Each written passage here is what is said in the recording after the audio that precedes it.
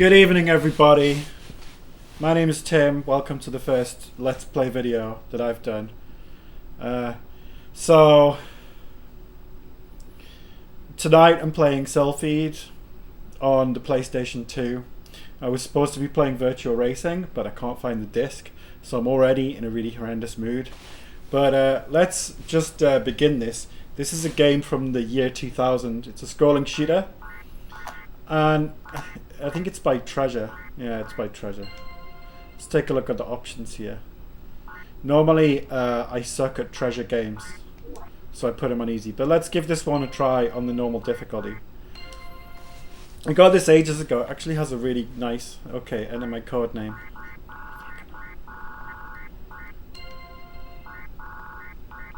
That's really nice packaging. It's worth getting just for that. And it's not that expensive, I don't think.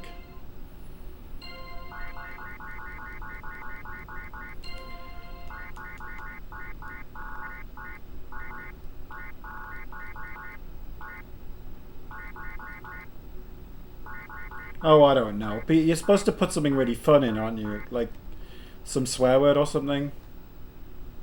I don't know. So, right, okay, so... Right.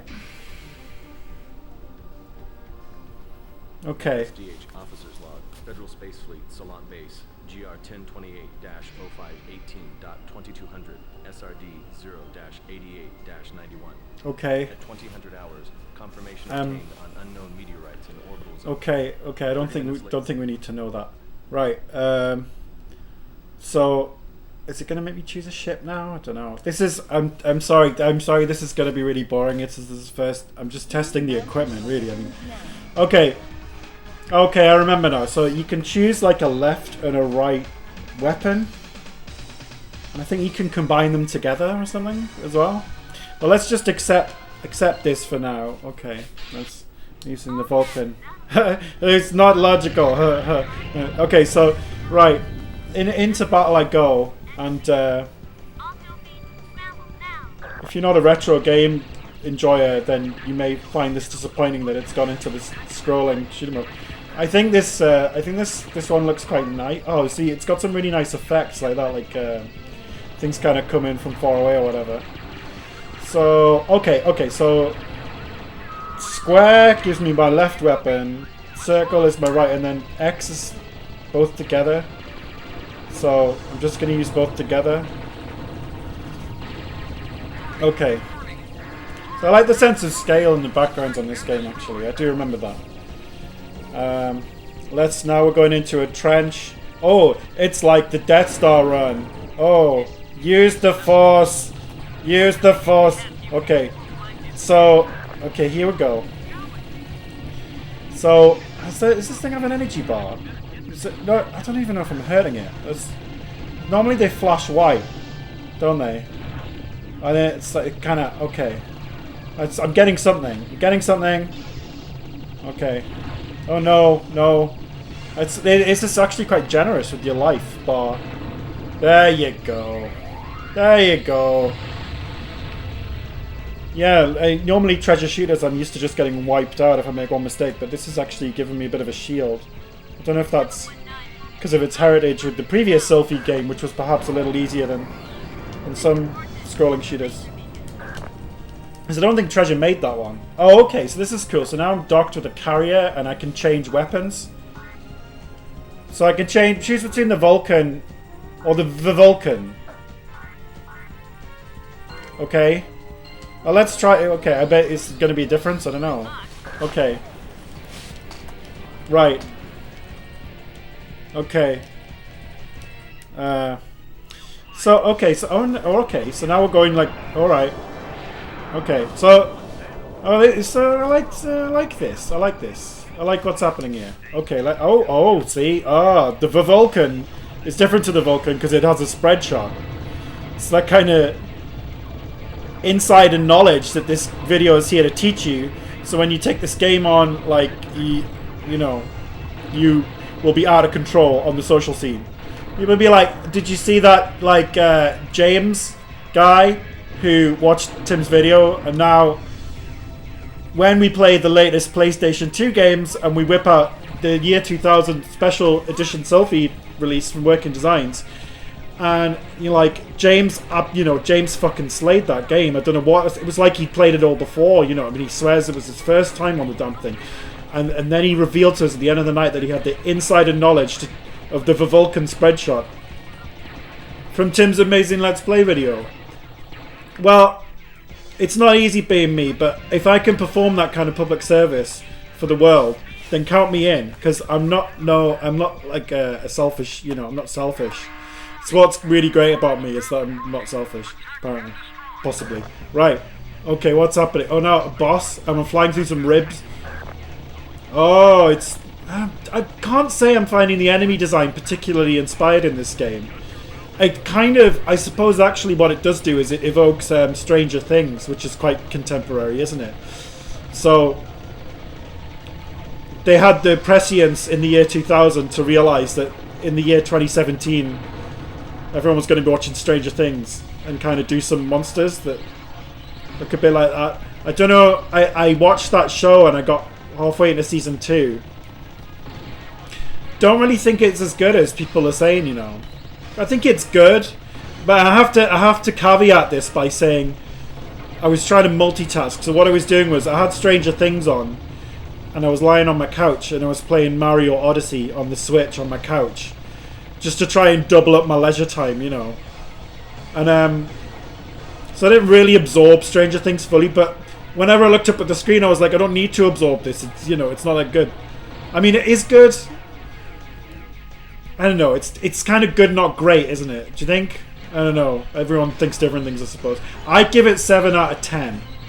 But the other problem is that there's a new season of Mr. Robot on in the minute, and that show is so good that it just makes every other show look shit.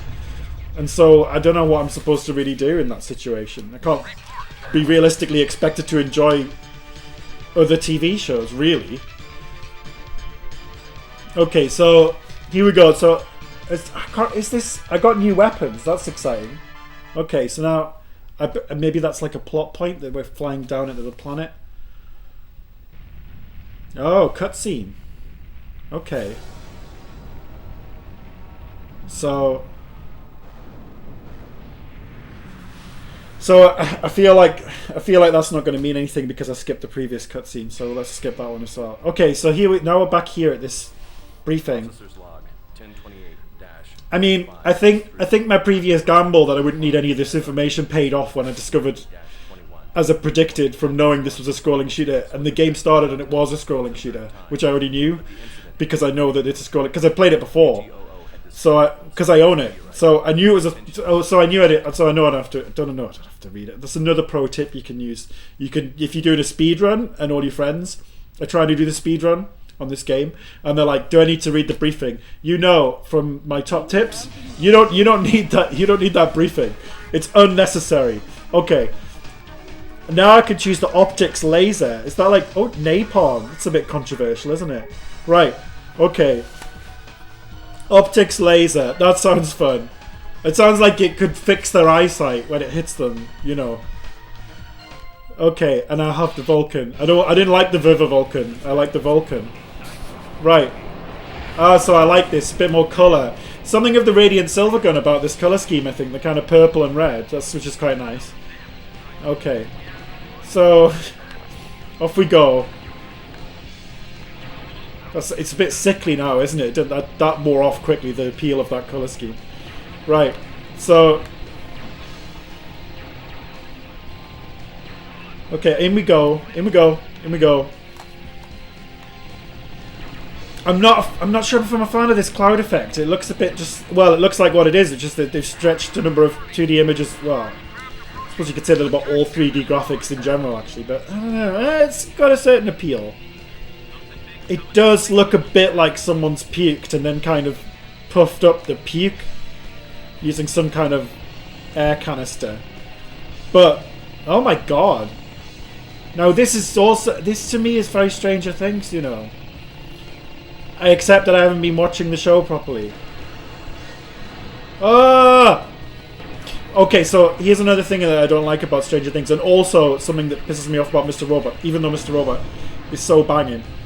But, like, It's kind of started with Lost, didn't it? It's like you have a TV show and you're not sure how many seasons you're going to get commissioned for. So you keep laying down these plot twists to come up and things to be revealed. And the writers blatantly don't know what they are. Like, you don't want to open that door. Why? What's behind the door? Oh, I can't possibly tell you. Oh, let's open the door. Maybe let's not. Oh, I'm going to open the door. And then they open it really slowly. Then the scene changes. And it comes back to the same two characters later in the show. And you're like, time to find out what's behind that door. And they're all like, I can't believe what was behind that door. I know it was mental, wasn't it? What was behind that door? Yeah. That thing behind the door was just so mad. Yeah, it was. And then the show ends and you're supposed to be like, oh god, maybe if I tune in next week, they'll tell me what was behind that fucking door. They're never going to tell you what's behind the door. It might tell you, and then they string it out for so long. And it's like, it ends up running for season 7 because everyone like just falls for the whole door plot twist. And then like, it gets up to season 7 and they tell you what's behind the door. And it's not even that interesting. It's like, oh, it was a spanner, you know, it was a spanner behind the door. It's just really big, that's what it's quite scary. Like, fuck that. But, you know, I feel like Mr. Robot's had enough reveals coming this season to kind of satiate me. And also some of the camera work in that show is just off the fucking meat rack. It's great. God. And no one's watching it because it's not on Netflix. Fuck Netflix. Right. So, Stranger Things is on Netflix. And so, but Stranger Things is just all like that. It's like, I'm going to show you what's behind this door. Anyway, enough about the door. So, oh, see, I remember this. This is cool. The buildings start falling over. So I like this because it's, a lot of these kind of games, they make the backgrounds very clean looking. And in this one, this is actually like a really war-ravaged city. It's actually quite distressing to look at for me, you know? Like, the buildings look so charred and ravaged, and like, it's so, like, sort of distressing watching them like crawl over like that. I think it's actually like quite it's very effective, you know, like, you've got these weird monsters feeding on the buildings. So yeah, so bloody hell. That's okay.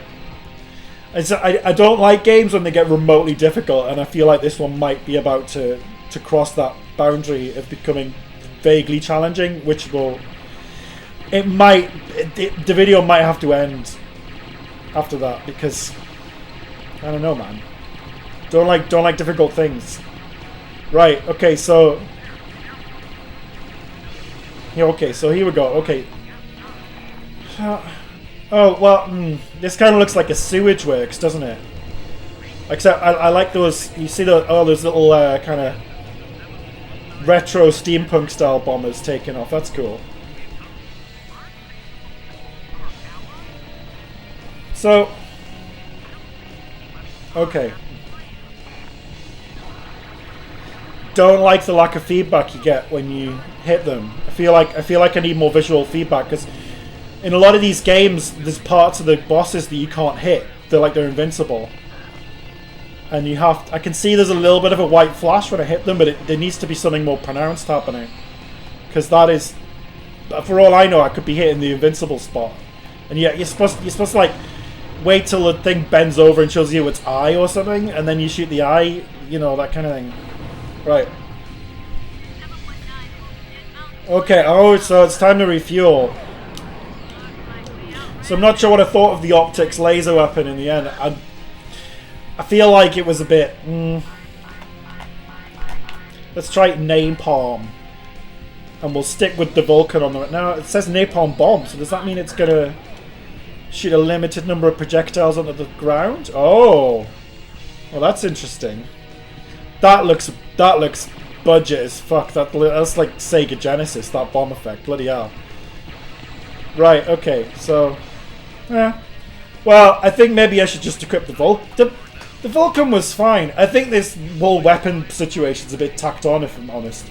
Maybe it comes in handy later on when the game gets harder.